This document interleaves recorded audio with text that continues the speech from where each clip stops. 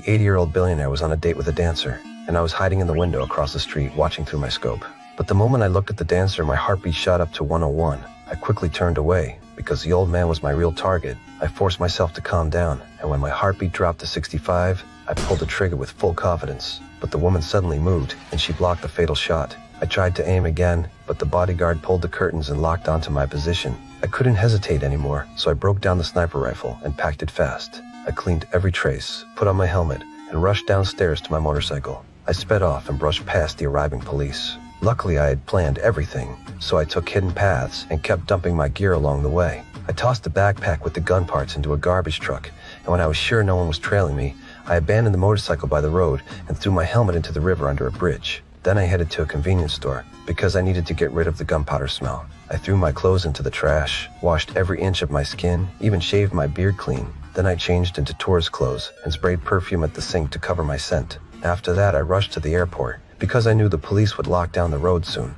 Before entering the airport, I pulled out my last handgun, wiped my fingerprints off, and tossed it into a trash bin. But the police got there first, asking questions at the ticket counter. When I saw the police dog nearby, panic hit me. Even though I cleaned well, I was still scared the dog might smell something. So I left the line immediately, went to the bathroom, and cleaned myself all over again.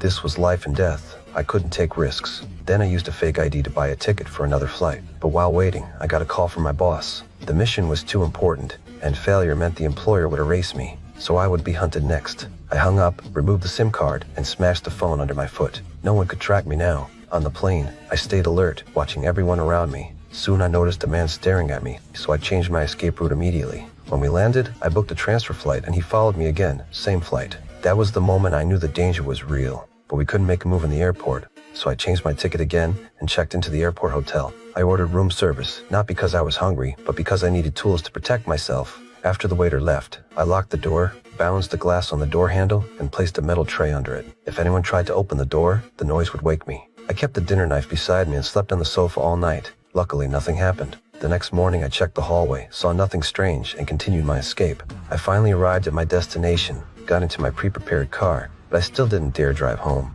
I changed routes many times, drove around half the city, until I felt it was safe to return. But the moment I reached my house, I saw footprints and a pile of cigarette butts. Someone had been watching my home. The killers were already here. My nerves tightened instantly. I grabbed the gun from my car and ran toward the house through the trees, because my wife was still inside. But when I rushed in, the house was empty. Then I saw the broken mirror in her dressing room and blood on the wall. My heart dropped. I called my brother-in-law and learned she was taken to the hospital. Thankfully, she wasn't in danger, but he told me a man and a woman broke in, hurt her